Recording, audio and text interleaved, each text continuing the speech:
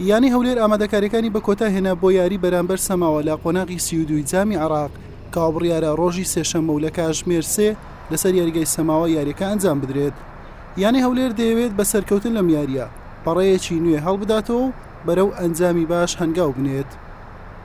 دوای ئەوەی تیپەکە متمانە بۆ گەڕاوە یاریزانەکان تقریبان هەتا سەچی باش ئاسی دەرونیان باشە، توان بڵێم ئەو لەو یاریە هەوڵ دەدەین یاریشیان باش ئەنجامەشی باش بەدەست بێنین، ئامادەکاریشمان باشە بۆ یاریە، هەرچەندە لەوانەیە یەک دوو یاریزان بە هۆکاری ماندووبوون لە زۆری یاریەکان داببڕێن لەگەڵ تیپەکە، بەڵام متمانەمان بە یاریزانەکانی دیشە یاریزانەکانیش بتوانن ئاسی باش بشانێن.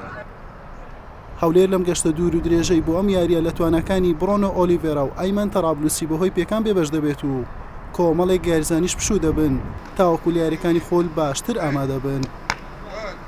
کاک حوسێن ڕاستە ئێمە لە دەوری نایبی عێراق ئەنجامان باشنە لە پلەکانی خوار بن و چار یاریە ئاخیریش بەڕاستی زۆر باش بوون، دۆڕانمان نییە سێ یاریمان تەعال کۆلە یارێکمان بردوێتەوە، بەس دەوری کاس فەرقی، یعنی ئێمە گە نەتوانین لە دەوری نایبی شتە بکەین دڵی جمهورمان خۆش بکەین، ینی با بتوانین لە دەوری کاس ینی بتوانین بگەینە یاری فیناڵ، بگەینە یاری پێش کۆتایی ئەنجامێکی باشمان هەبێت.